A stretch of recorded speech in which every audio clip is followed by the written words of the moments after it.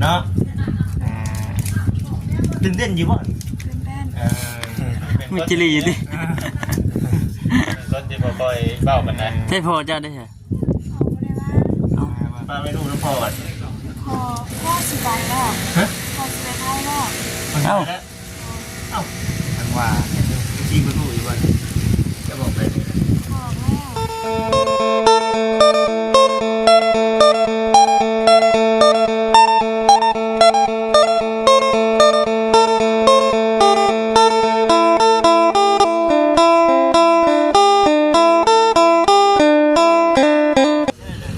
พี่น้องเลยเนาะ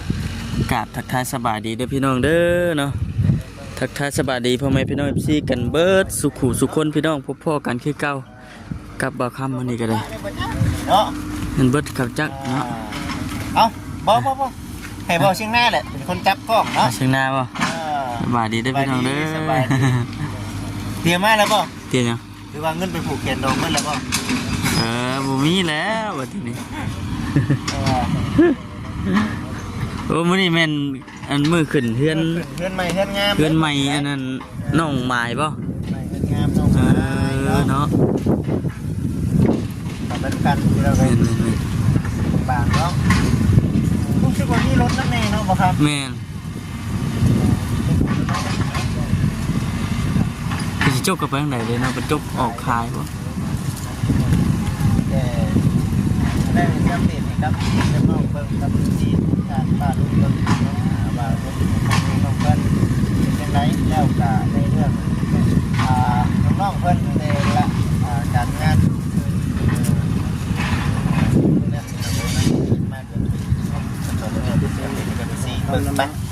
สบายดีสบายดี สบายดีเด้อ นะบอกชิมนะไปเนาะ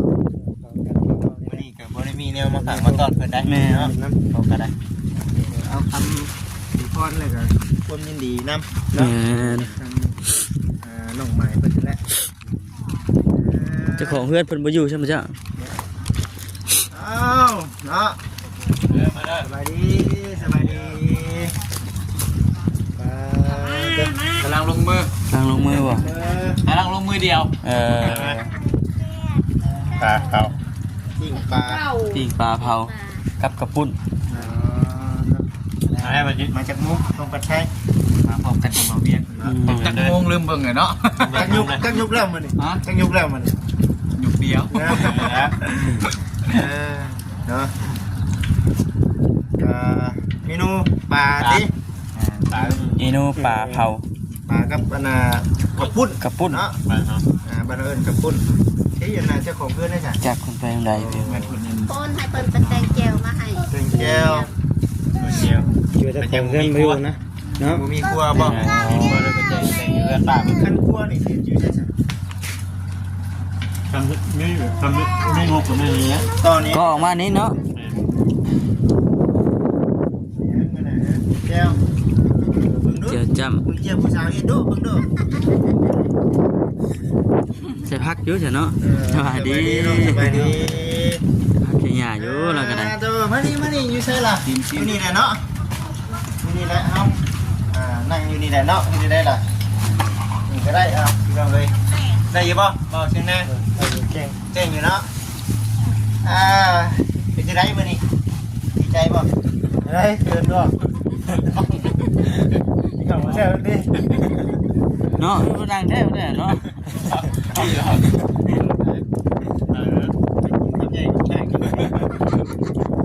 ยัดใส่จังหวัดให้มันคักๆก่อนว่าซั่นติ หลายคนบ่เนาะผู้สาว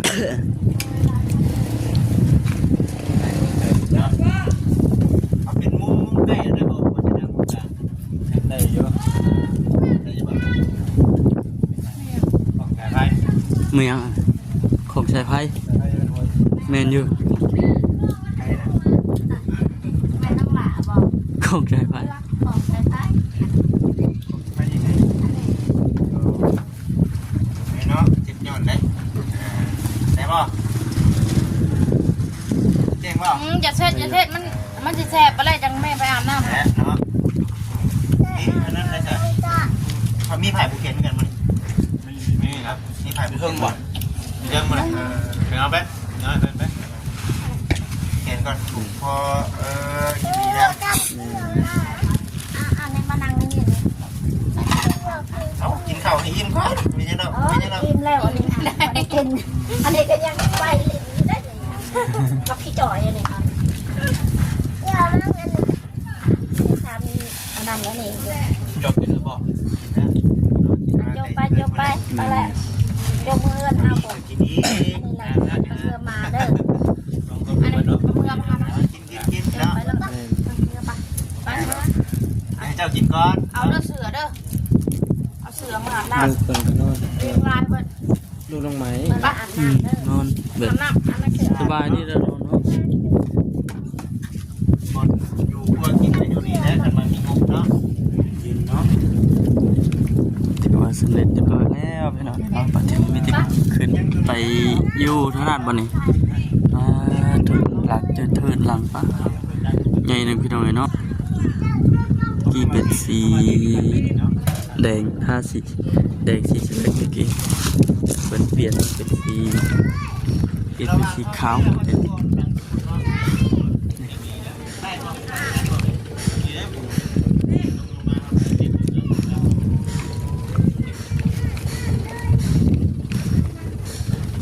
ขาดบ่บาดนี้มั้ย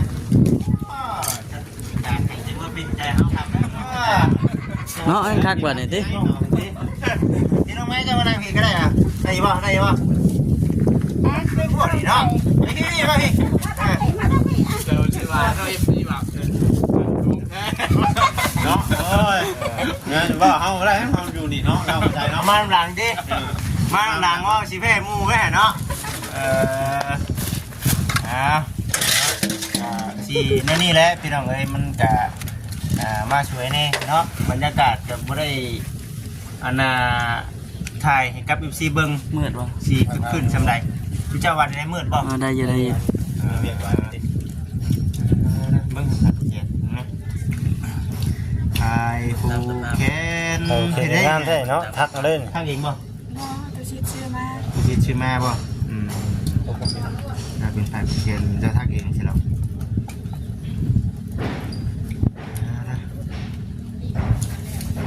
มานอนพี่ได้บ่มัน โดย เขาห่มผืนนอนมีไปแล้ว โดย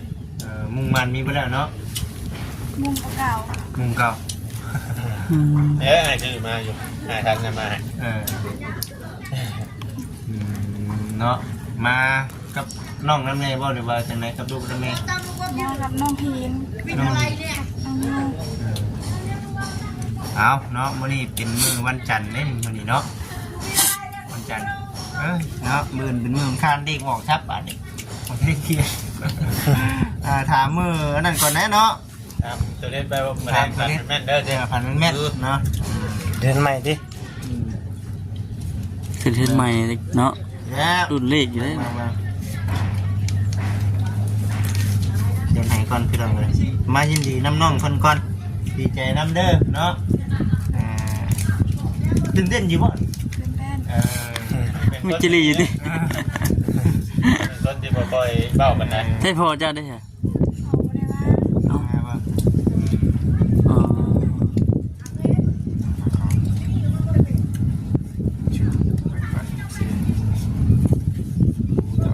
แก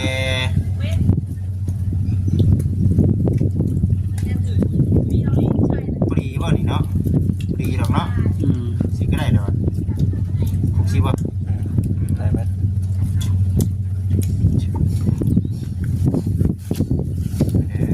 บัดนี้เด้อมาโอเคให้มาน้องมาให้คนนี้ดีกว่าเก่าเด้อบัดนี้ก็ได้ขอให้มีแต่สิ่งดีๆได้บัดนี้กลับมาในชีวิตมื้อนี้มื้อสันวันดีเนาะเป็นใหม่ขึ้นงามขอให้มีแต่สิ่งดีๆเข้ามาในชีวิตกับครอบครัวสิ่งใดปรารถนาสิ่งใดได้ดังใจปรารถนาเนาะให้แต่บ่มีหยังให้มีแต่คำอวยพรนี่แหละแต่กับไปแค่เนาะ เอาอยู่ดีไม่แห้งเนาะ แม่ นี่แหละพี่น้องเอ้ยก็มีแต่สิมาอยู่พี่เลยบัดนี้เนาะ โดย นี่แต่ว่าคือ บอกเนี่ยนะก็มาทีมงานมาก็ยังสิได้เห็นเรื่อยอยู่บัด เพราะว่ามันง่ายมันอยู่นี่แต่ว่า ใหญ่มาอยู่นี่เด้ก็ได้มากันถามไทยกันเด็กๆน้อยๆแล้วก็เข้ามาก็บ่ค่อยได้เห็น นี่แต่ จะได้ชีวิตในเนาะ อยู่ทางนี้เนี่ยถือว่าเรื่องบอกขอเนี่ยน้ำเกลือก็ได้ใส่นัวยังบ่มีหม้อถ้วยแต่ว่าเกลือก็ได้เป็นนัวหมักพริกไทยนี่ยังบ่ทันมีเลยทำมีเลยน้องสิป้าไปใส่ปลาไปเทิงเนาะเพราะว่าที่นี่บ่เรือได้แถวนี้เนาะ คุมมาเลยพี่น้อง คนละพักสีขาไปแล้วเนาะ ยันงัวยันหมูยันมาได้ปลาไปแถวนี้นะครับบ่มีเนื้ออ้อมเนาะ แล้วปลาไปถึงก่อนแล้วขึ้นมาคือมากัน บ่ได้นะปลาไปเทิงเนาะประเทศยุคกินคนขึ้นคนลงได้นี่เนาะ มาเฮ็ดอยู่ตารางแล้วแบบเกินที่มาแล้วขึ้นไปเมียน เดี๋ยวคนขึ้นคนลงลูกบ่ได้ให้บ่นี่ ชื่อนี่ไห่ ให้เนาะ ไปนอนไห่ เอาเนาะนี่ยังจะว่าน้ำผู้ใหญ่เพิ่นเนาะเพิ่นสิขึ้นอยู่ชาติให้นี่ ใจพี่ใหญ่หลายทีอีกอ่ะพี่ใหญ่แม่คุณเจ็บไม่ได้ลักษณะสิ่งใดแบบคอยรักสิ่งนั้นคอยดำเบิร์ดลอยเท้าของเขาคอยได้ขึ้นไปรักษาเทวดาที่นอนเลย เนาะยิงบ่มีไม้ ยิงโดนไปแห้งโดนแมคโครอีกเนาะ ยิงบ่มีไม้บัดไม่โคมาอีกแน่บัดเสียงมันแห้งแน่นบัดนี้เสียงน้องไม้แห้งบ่ได้ยินเนาะ อย่างนี้คอยดิ นี่คนบอกคอยอยู่แล้ว แห้งคนเว้าคอยบัดยิ่งเอา FC เพิ่นสิว่าเอ้าเนาะคือบ่ได้ยินเสียงแหน่บัดจิตมันนั่นนะ เสียงคอยเนาะ นี่แหละพี่น้องเอ้ยบรรยากาศภาพอยู่ที่เพื่อนผมทางน้องไม้เพิ่นมาซ่าดีกว่าผมมาวันนี้เนาะบ่ทันมื้อทางเช้าเนาะมันขึ้นได้ไรก็บรรยากาศนี่โอเคคือกันดีบ่ ซ้ำลายนะแต่ภาพอยู่เนี่ย แต่พามเวียนคือกันบ่ แม่นโอ้ โอ้ยโอนโอคือกันแม่นบ่ไก่เนาะ เรียกลูก น้อยไก่ใหญ่ทันแล้ว คันเศร้าคันแดงแล้วที เดี๋ยวยันว่าคิดว่าแต่ละวันคือกัน ไปลงคลิปก่อนเด้อ โอเค น้องไม้เบิ่งเด้อยัดไม้ ลงคลิปก่อนยันว่าเข้ามาอันนั้นได้ซะเนาะประเภทพวกหมู่นึงบอกแกงปวดเรื่องเขาน้ำต้นปลาแสดงว่าสิ่งที่ว่ามันยังอยากเอายากอยู่คือเรื่องครัวเนาะ มีบนไว้เครื่องไว้พร้อมเนาะ เนาะถือว่าได้ทำนี่ก็ถือว่าอู้เนาะบุคิดบัวพันนั่นแหละเป็นชาตินั้นเป็นเพื่อที่ทำนี่นี่โอ้เนาะเบิดบ่หน่อยนะ คนนี้ เนาะ ทำชีตกก็บ่เป็นหยังบัดทีนี้เนาะฝนบ่พระฝนบ่หัวแล้วบัดทีนี้ ตกหัวเนาะโอ้ยสิได้นี่นี่เนาะจะถึงไปเบิ่งเพื่อนใหม่เนาะทั่วเนาะเบิ่งบ่นี่เนาะได้บ่เนี่ยเมียเป็นโฮมอยู่ว้ายผมคือไปจะขึ้นไปเบิ่งนั่นแหละที่เราเลยเนาะ แม่น ว่าสถานที่มันเป็นอะไรมันจะอะไรขึ้นไปเบิ่งก็เอาดีนำได้น้องเด้อคือว่าได้บัดนี้รับคนนี้เป็นให้แล้วเนาะเช้าเนาะเช้าเย็นเนาะตัวที่ได้มาส่วนสิเป็นเพื่อนเป็นชาตินี่ก็มันเกิดการแก้ไขอะไรครับข่าวอยู่แต่ก็บ่เป็นหยังเนาะมันจะโทษอยู่นี่แต่ก็คือเขาเว้าแน่เนี่ยมันโอ้ยเบิดหลายอย่างหลายแนวพี่น้องเอ้ยแต่ว่าสิ่งที่ฮู้แล้วว่ามันเบิดหลายมีแต่ว่าเฮารักษาเอาบัดนี้ก็ได้เนาะปัดปวดไว้มันไว้เสียเนาะมันนั่นแหละเนาะ ว่าแน่เนาะเนี่ยเป็นที่โอ้ยเนาะนั่นที่อยากได้นะเห็นแล้วเห็นคือบุญมีคุณค่านี่เพิ่นก็บ่ขัดปานใดเนาะ แม่น เก่าเนาะเห็นแล้วก็รักษาเนาะรักษาต้องกัน อันไหนมันก็เก็บกวดออกอะไรติ มีแต่เอาลูกก่อนตรงนี้เนาะเต้าเห็นใหญ่ก่อนมีแผนว่าในอนาคตเงินหาทำยังไงเนาะบาทนี้จะคงขึ้นบาทยังขึ้นบอกเนาะที่ห้าประชันพี่น้องเลยกันสิไปเฮ็ดงานแบบค่าลูกลำแน่สิไปเฮ็ดงานอยู่นาไกลก็ได้เนาะแต่สิป้าไม่ลูกน้ำพ่อบัด พ่อสิไปแล้วพ่อสิไปไทยแล้ว เอ้า ทันว่าที่ไม่รู้อีกวันจะบอกไปเลย พ่อแล้ว ไปไทยไปไปไทยไปเฮ็ดงานนึง ไปเรียนงานสวน ดีใส่ จันทร์ จันทบุรี โดน เชิญทุเรียนมาจ้ะบ่ ถึงทุเรียนปุ๊บ แต่น้องผู้น้อยนั่นเนี่ยยืนเจ้าบ่น้องผู้น้อยนั่นเนี่ย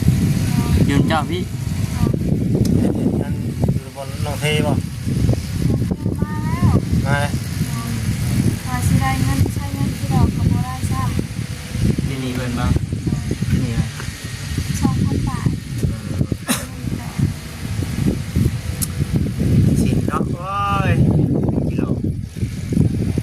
กินนี่อยู่ปัจจุบันนี้ไม่ใช่เนาะมีแต่ว่าหาไปเนาะหาไปมันจะได้สายคันบ่หากับบ่ได้กันอยู่บ้านเหมือนเท่าให้กระเต็กปูโบยากกันได้ไปเนาะปูนั่นก็ให้น้องใหม่ไปได้เปิดน้องนี่ลูกเต้าเนาะไปทำกันภาษาเดียวให้พาซีขึ้นไปเพื่อนก่อน16ชำได้เงินผู้สาวพี่น้องเอ้ยเนาะ เรายังทันได้มาอยู่เนาะ ตัดสินใจเนาะ ว่าจบงานได้แม่จะมีเครื่องมีของได้ไรชนะเพราะว่า ไปพี่น้องเลย คือการขึ้นเพื่อนนี่คือนั่นได้เป็นบ่น้อง ฝันลมติบเข่านี่ ขึ้นไปยืนตรงไหนเนาะ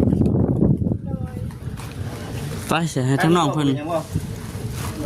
บ่เป็นยังที่ พาขึ้นไปเบิ้งเถอะป้า ให้มันปลาแล้วเนาะกับข้าวเราคนเลยกับข้าวพ่อป้าไม่ใช่หรือน้องฮะไปกับข้าวขึ้นไปก่อน ไปเสียครับ เด้อนี่เด้บ่เชียงนาเว้ยมีดอกพุ่ง ฟืนไฟครบเปิดเนาะ แจ้งครับเป็นยังน้องคำขึ้นก็ได้พักแล้วตัด เอาเนาะ ไปหน่อยจะมี ฮะ คนเดียวมัน ขึ้นทีเดียวมันบ่เบิดหรอ ว่าให้บ่ยึดคุณน้ำได้มานี่เนาะมาสิคุณน้อย บ่ได้แล้วบัดนี้เนาะเบิดบ่ อ้าวไว้กับลูกกับเต้าเนาะวัตถุนี้แม่นบ่อยู่แล้วท่านไว้ลูกเต้าน้องนุ่มมานี่ยังว่าปั่นกันกินมาได้3,000พี่น้องไอ้ดวงโอ้มาขึ้นไปเฮ็ดงามเด้อเนาะเอาบ่จิคือน้ำหนาเนาะเจ้าของน้ำหนาเด้อ บ่ได้ เอาจิน้ำหนาดิ น้องไม้ต้องเงินหาผู้ม่านเมียนพระเขาน้องไม้เกินแล้วเลยได้น้องไม้เอ้ย บ่จิมามีผ้าเข้า น้องไม้ มาท่าเนาะมามีผ้าเข้าแล้วบ่ทันเนาะ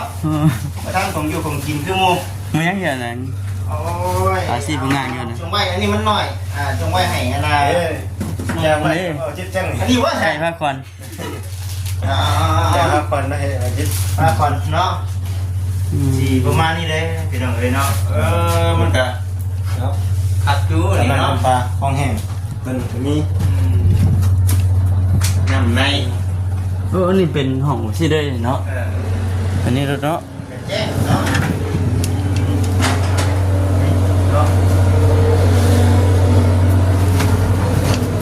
สีเก่าสีเดิมมันเป็นยังไงเนาะ นี่ได้บ่สินะเลยกุ้งได้เนาะตัวมันนี่แหละ และสิ แล้วเนาะตื่นบอลอยู่แล้ว รับเลยเนาะ ตื่นบอลอยู่แล้วเขาบอกว่ามาวันนี้ต่างกันนั่นหลายที่เราไปต่าง โอเคพี่น้องมีแต่ว่าสิจบคลิปก่อนแล้วพี่น้องเด้อบัดทีเด้อเนาะสบายดีพี่น้องบ๊ายบาย